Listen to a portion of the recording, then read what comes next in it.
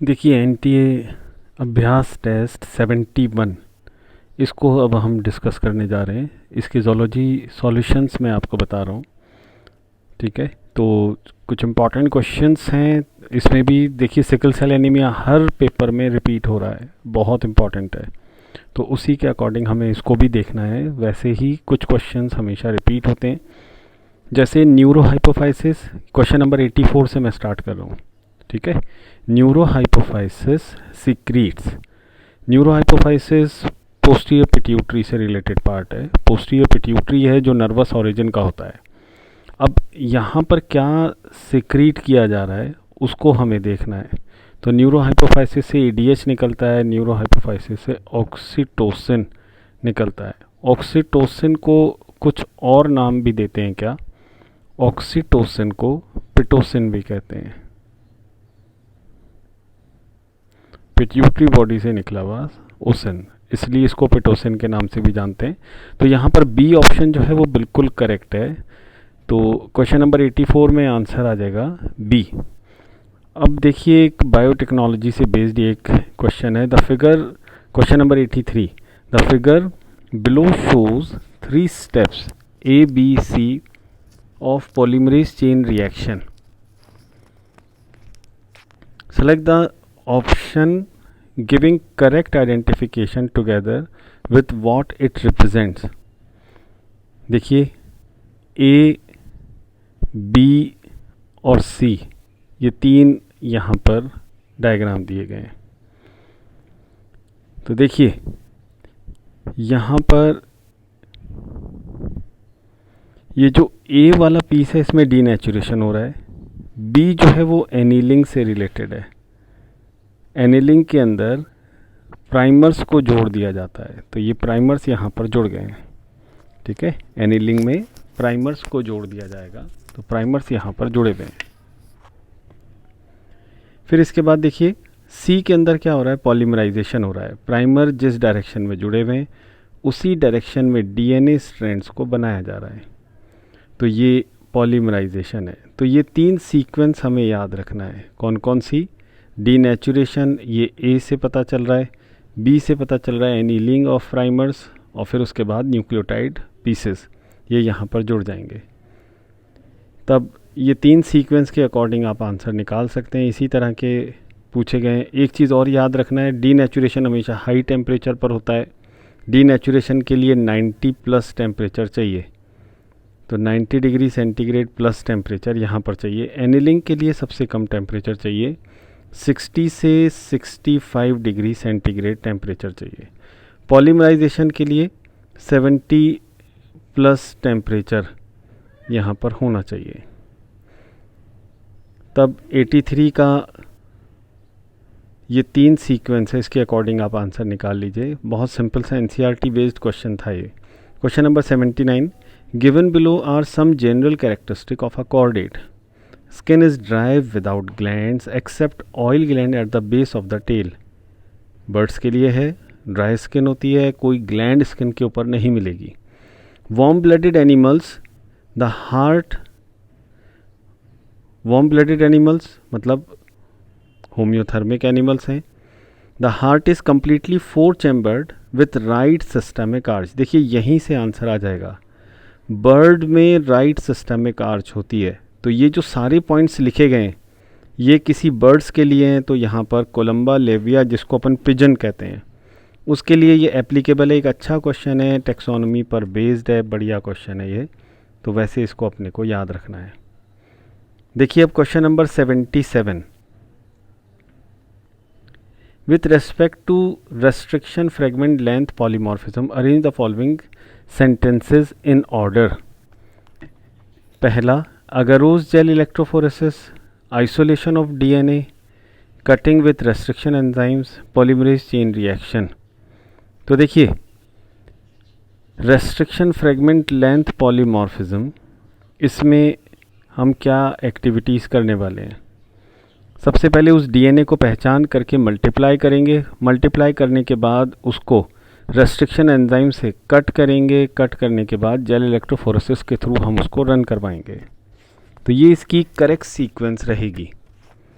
तब देखिए आइडेंटिफिकेशन को हमने सबसे पहले चुना है, तो ये सबसे पहले आएगा। फिर इसके बाद इसको मल्टीप्लाई किया, मल्टीप्लाई करने के बाद रेस्ट्रिक्शन एंजाइम से काट दिया और फिर उसके बाद इलेक्ट्रोफोरेसिस के थ्रू रन करवा दिया। तो ये सीक्वेंस हमें फॉलो करनी है, मतलब second, fourth, third and first, तब डी ऑप्शन यहाँ पर करेक्ट आएगा। देखिए अब question number 76, match the biological molecules listed under column 1 with biological fractions under column second and select the answer which gives the correct combination of alphabets of the column. देखिए ये chemicals दिए गए और यहाँ पर इनके फंक्शंस या role किस तरह का रोल प्ले करते हैं। तो इसमें से स्टोरेज प्रोटीन हमें पता है ग्लाइकोजन है। ग्लोबुलिन क्या है? एक प्लाज्मा प्रोटीन है जो एंटीबॉडी फॉर्मेशन का काम करती है। स्टेरॉइड्स, स्टेरॉइडल क्या होते हैं? ये हार्मोन्स हैं। थ्रोम्बिन, प्रोथ्रोम्बिन क्या है? ये ब्लड क्लॉटिंग कैटलिस्ट हैं। तो ऐसे हम इसको मैच कर सकते हैं। ठीक है दोस्तों, तो ये इस तरह से मैच हो सकता है, तो इसके अकॉर्डिंग आंसर डी जाएगा। अब आ जाते हैं क्वेश्चन नंबर 75 पर। ज़ीरो ग्रोथ का क्या मतलब है? जब बर्थ रेट और डेथ रेट यानी बी प्लस बराबर डी हो जाए, तब बी अपॉन डी का रेशो ज़ीरो रहेगा। ठीक है, बी अपॉन डी, इसका रेशो जो है वो इस वक्त कांस्टेंट ग्रोथ को शो करेगा। किसको शो करेगा? कांस्टेंट ग्रोथ को। तब उसके अकॉर्डिंग आंसर ए ये पूरी तरह से करेक्ट है। ज़ीरो ग्रोथ में बर्थ रेट और डेथ रेट दोनों बराबर हो जाती है। क्वेश्चन नंबर 72 पर आ रहे हैं। फीटल इजेक्शन रिफ्लेक्स, देखिए ये बहुत इंपॉर्टेंट क्वेश्चन है, काफ़ी बार पूछा गया है।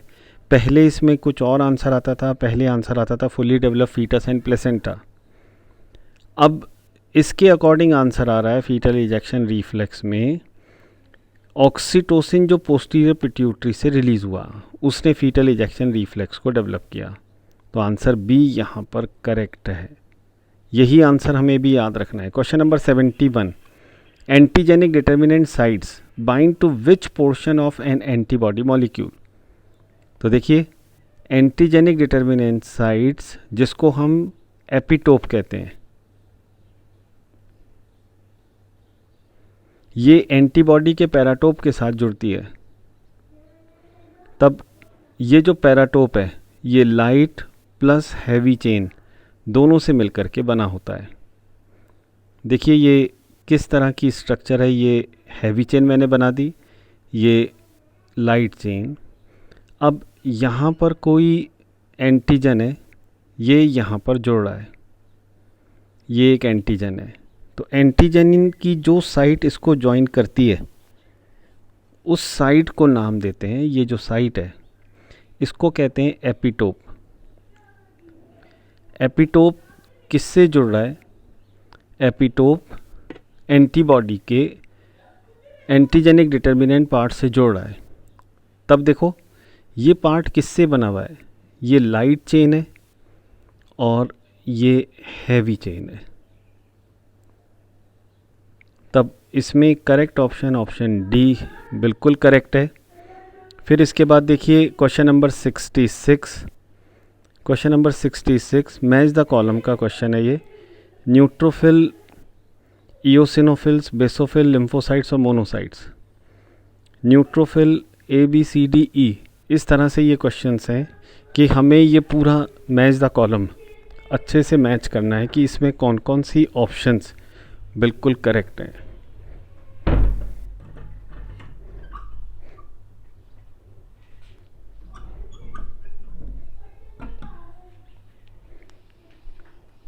न्यूट्रोफिल्स, देखिए ये एनसीईआरटी का क्वेश्चन नहीं है, लेकिन ये एक अच्छा क्वेश्चन है कि न्यूक्लियस के अकॉर्डिंग हमें इसको मैच करना है। कि न्यूक्लियस की किस तरह की शेप है। तब न्यूट्रोफिल्स ए, ये 2 to 7 लोब्स वाले न्यूक्लियस के साथ इस तरह से ये जानी जाती है। न्यूट्रोफिल का न्यूक्लियस कैसा होता है, इस न्यूक्लियस में ऐसे लोब्स होते हैं।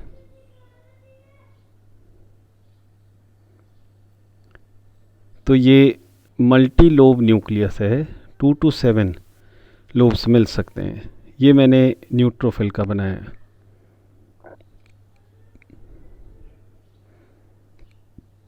फिर आ जाते हैं इयोसिनोफिल्स पर। इयोसिनोफिल्स, इसका न्यूक्लियस जो है वो बाइलोब्ड है। तब ये न्यूक्लियस, और ये न्यूक्लियस कैसा है, बाइलोब्ड न्यूक्लियस है।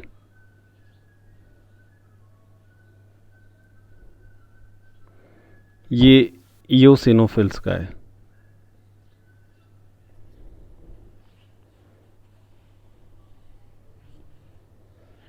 इयोसिनोफिल्स में बाइलोब न्यूक्लियस है। बेसोफिल्स, बेसोफिल्स का न्यूक्लियस कैसा होता है, तो इसमें सेकंड आंसर आना चाहिए यस। इसकी मैचिंग जो है वो सेकंड है। 2 से 3 लोब न्यूक्लियस ये हो सकता है।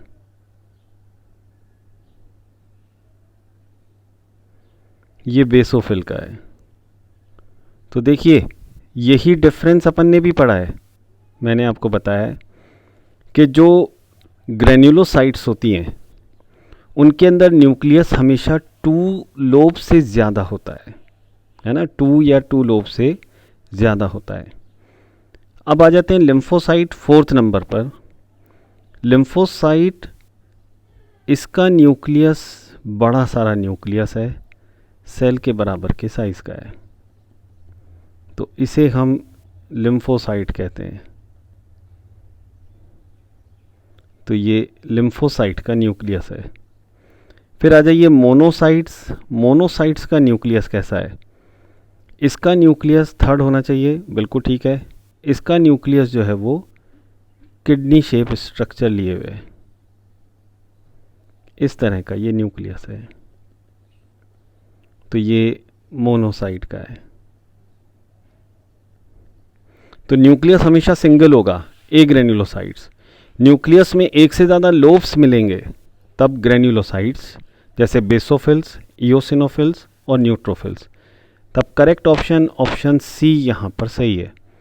अब आ जाते हैं क्वेश्चन नंबर 63 पर। In recent years DNA sequences of mitochondrial DNA and Y chromosomes were considered to the study of human evolution because, देखिए इसका सिंपल सा रीज़न है, डीएनए सीक्वेंस माइटोकॉन्ड्रिया की और वाई क्रोमोसोम की ये सेलेक्ट की गई हैं ह्यूमन एवोल्यूशन को पहचानने के लिए। और इसका सबसे बड़ा रीज़न क्या है, ये वो डीएनए सीक्वेंसेस हैं जो किसी भी तरह के रिकॉम्बिनेशन में पार्टिसिपेट नहीं करती हैं। तब इन कैरेक्टरिस्टिक को देख करके हम पता लगा सकते हैं कि ओरिजिनलिटी किस तरह की है। ठीक है, तो यहाँ पर करेक्ट ऑप्शन जो है वो ऑप्शन सी है। Question number 54, the space with in the coiled portion of the membranes labyrinth is called, क्या बोलेंगे, कॉइल्ड पोर्शन के अंदर का जो स्पेस है वो स्केला मीडिया कहलाएगा। और उसके अंदर क्या भरा होता है, एंडोलिम्फ भरा होता है। ठीक है, तो देखिए, एक ये ओवल विंडो, ये राउंडेड विंडो। ओवल और राउंडेड विंडो ये बोनी लैब्रिंथ की कैविटीज़ से रिलेटेड हैं। तब इसको बोलेंगे हम स्केला वेस्टिबुलाe, इसको बोलेंगे स्केला टिम्पेनाe, ये कहलाएगी स्केला मीडिया। स्केला मीडिया के अंदर एंडोलिम्फ भरा होता है। यहाँ पर पेरिलिम्फ मौजूद है। क्या मौजूद है, पेरिलिम्फ। तब ये सिंपल सा काफ़ी बार ये क्वेश्चन पूछा जा चुका है, कम से कम 3 बार ये क्वेश्चन पूछा जा चुका है। तो 54 में करेक्ट ऑप्शन ऑप्शन डी ये करेक्ट है। अब आ जाइए question number 51। The segment of DNA has restriction sites 1 and 2 which create restriction fragments A, B and C. Which of the following gels produced by electrophoresis would represent the separation and identify of these fragments? देखिए ये यहाँ पर एक ideal दिया है,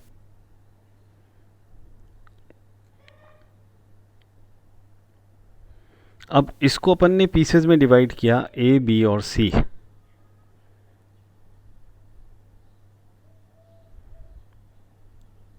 तब देखिए सबसे छोटा पीस बी है, तो बी सबसे छोटा, उस ये जो बी है ये इंक्लूडेड है ए के साथ, ठीक है। तो ए सेकंड ये यहाँ पर आ रहा है, बिल्कुल ठीक है। फिर उसके बाद सी जो है वो सबसे बड़ा पीस है, तो बी और सी का गैप हमें यहाँ पर ध्यान रखना है, ए और बी का गैप हमें यहाँ पर ध्यान रखना है कि ये गैप सेम रहना चाहिए। तब उसके अकॉर्डिंग 51 में ऑप्शन बी, अकेली ऑप्शन बी ही करेक्ट है। 43 देखिए, abdominal ganglion in cockroach is not found in this segment. देखो अब ये आउट ऑफ एनसीईआरटी क्वेश्चन है, ठीक है, ये आउट ऑफ एनसीईआरटी है। तब इसको हमें, जबकि हम पढ़ते हैं, जब मैंने आपको पढ़ाया ये है ना, कॉकरोच का मैं एक बार डायग्राम जल्दी से बना देता हूँ। ये थोरासिक रीजन और ये एब्डोमिनल रीजन। एब्डोमिनल रीजन में ये वेंट्रल साइड पर नर्व कॉर्ड्स मौजूद हैं। ये abdominal first, second, third, fourth, fifth, six, seventh, eighth, ये नाइन्थ, ये सेगमेंट्स हो गए। देखिए अब कॉकरोच में total 9 pair of ganglia present होते हैं। देखिए ध्यान से देखिएगा, ये क्वेश्चन अच्छा क्वेश्चन है, पहले बहुत बार इसको पूछा गया है, लेकिन अब ये थोड़ा सा इसका ट्रेंड कम हो गया है। देखो अब मैं ये जो एब्डोमिनल गैंग्लिया इसकी बता रहा हूँ। First pair of ganglia first abdominal segment में, सेकंड पेयर सेकंड सेगमेंट में, थर्ड पेयर थर्ड सेगमेंट में, फोर्थ पेयर फोर्थ सेगमेंट में, फिफ्थ सेगमेंट में कोई भी गैंग्लियोनिक पेयर नहीं होता है। फिर fifth pair of ganglia sixth abdominal segment में होता है, ठीक है, और ये काफ़ी बड़ा होता है। तो ये हमें अच्छे से याद रखना है, ये जो गैंग्लियोनिक पेयर है ये नॉर्मल से बड़े साइज का है।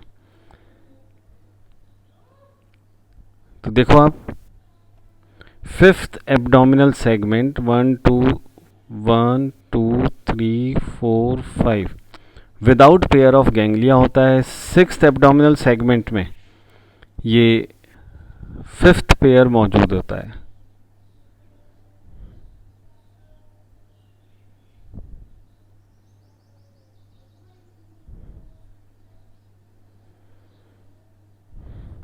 तो देखिए इसमें करेक्ट आंसर जो है वो आंसर 5 है।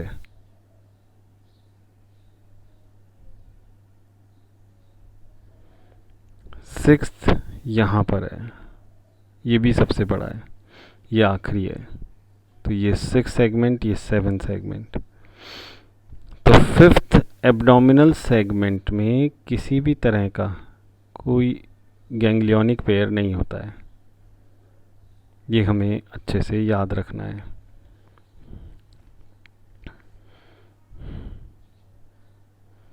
देखिए question number 35, in which of the following aspect PCR is not leading over gene cloning? पहला efficiency, less users skill, error probability और लेस एक्सपेंसिव।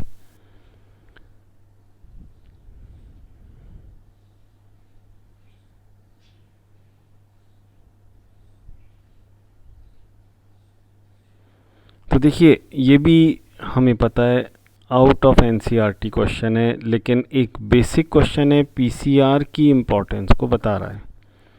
तो एरर प्रोबेबिलिटी, इसकी वजह से पीसीआर को एक थोड़ी सी लोअर डिवाइस माना गया है। ठीक है, तब इसमें करेक्ट ऑप्शन सी है। ये आपको अच्छे से लर्न करना है। अब आ जाते हैं क्वेश्चन नंबर 34 पर। The DNA fingerprinting relies on.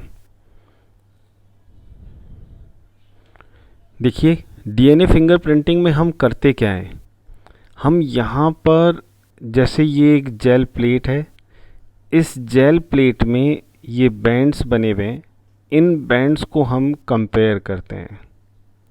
क्या कर रहे हैं हम, जेल प्लेट में जो बैंड्स बने हुए हैं, इन बैंड्स को हम कंपेयर करते हुए इस फिंगर प्रिंटिंग को कवर करते हैं। तो डीएनए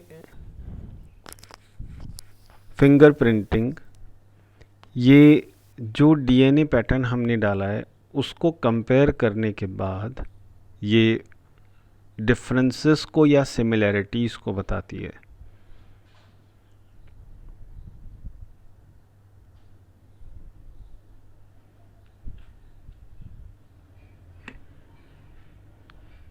तो देखिए जो भी हमने यहाँ पर मॉडल डीएनए डाला है ना, मॉडल सैंपल, उसके साथ हम कंपेयर कर रहे हैं बाकी सेगमेंट्स को। तब ये जो मॉडल डीएनए सेगमेंट है, ये जंक डीएनए, इसी के साथ हम कंपेयर करेंगे। तब करेक्ट ऑप्शन इसके अंदर सी हो जाएगा। कोरियन इज कंपोज्ड ऑफ, देखिए ये क्वेश्चन पूछा जा चुका है ना, याद रखना है आपको। ये 2019 का 2018 में नीट में ये क्वेश्चन पूछा जा चुका है। ये कोरियन किसकी बनी होती है, तो आउटर एक्टोडर्म और इनर की तरफ सोमैटिक मीजोडर्म, इससे मिलकर के ये बनी होती है। क्वेश्चन नंबर 28 देखिए। An oval mass of white matter present above the medulla oblongata acts as. तो देखो आप, मेडुला के पास अबव दी ऑब्लोंगेटा ये लिखा है, मेडुला के ऊपर की तरफ है, तो हमेशा न्यूमोटैक्सिक सेंटर आएगा। बिलो द मेडुला आएगा तो एपन्यूस्टिक सेंटर आ जाएगा। ठीक है, तब आंसर डी यहाँ पर करेक्ट है। डॉर्सल साइड ऑफ मेडुला पर ये मौजूद है, मेडुला से थोड़ा सा ऊपर की तरफ है। Which group of these 3 of the following 5 statements contain all 3 correct statements regarding beriberi. Beriberi हमें पता है विटामिन B1 डेफिशिएंसी से डेवलप होती है, इसे हम बेरी-बेरी बोलते हैं। क्या डिजीज़ कहलाएगी ये, बेरी-बेरी। तब देखिए, a crippling disease prevalent among the native population of sub-Saharan Africa. A deficiency disease caused by lack of vitamin B1. A nutritional disorder in infants and young children when the diet is persistently deficient in essential proteins. Occurs in those countries where the staple diet is polished rice. The symptoms are pain from neuritis, paralysis, muscle wasting, progressive edema, mental deterioration and finally heart failure.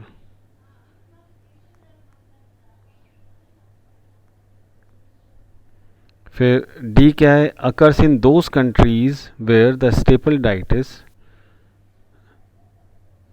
ई क्या है, the symptoms are pain from neuritis, paralysis, muscle wasting, progressive edema, mental deterioration and finally heart failure. तो देखिए ये बिल्कुल सही है, polished rice वाली condition ये बिल्कुल ठीक है, और विटामिन B1 की डेफिशिएंसी से होती है, ये भी बिल्कुल सही है। ठीक है, तब बी, डी और ई, ये 3 ऑप्शंस यहाँ पर करेक्ट हैं।